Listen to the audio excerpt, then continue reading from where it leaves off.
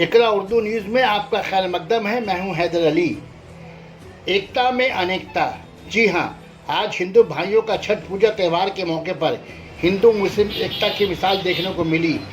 हर साल की तरह इन साल भी छठ पूजा के मौके पर बैरकपुर 18 नंबर वार्ड के कोऑर्डिनेटर नौशाद आलम की क़यादत में मुस्लिम भाइयों ने जीसी रोड सड़कों की पानी से धोकर साफ सफाई की।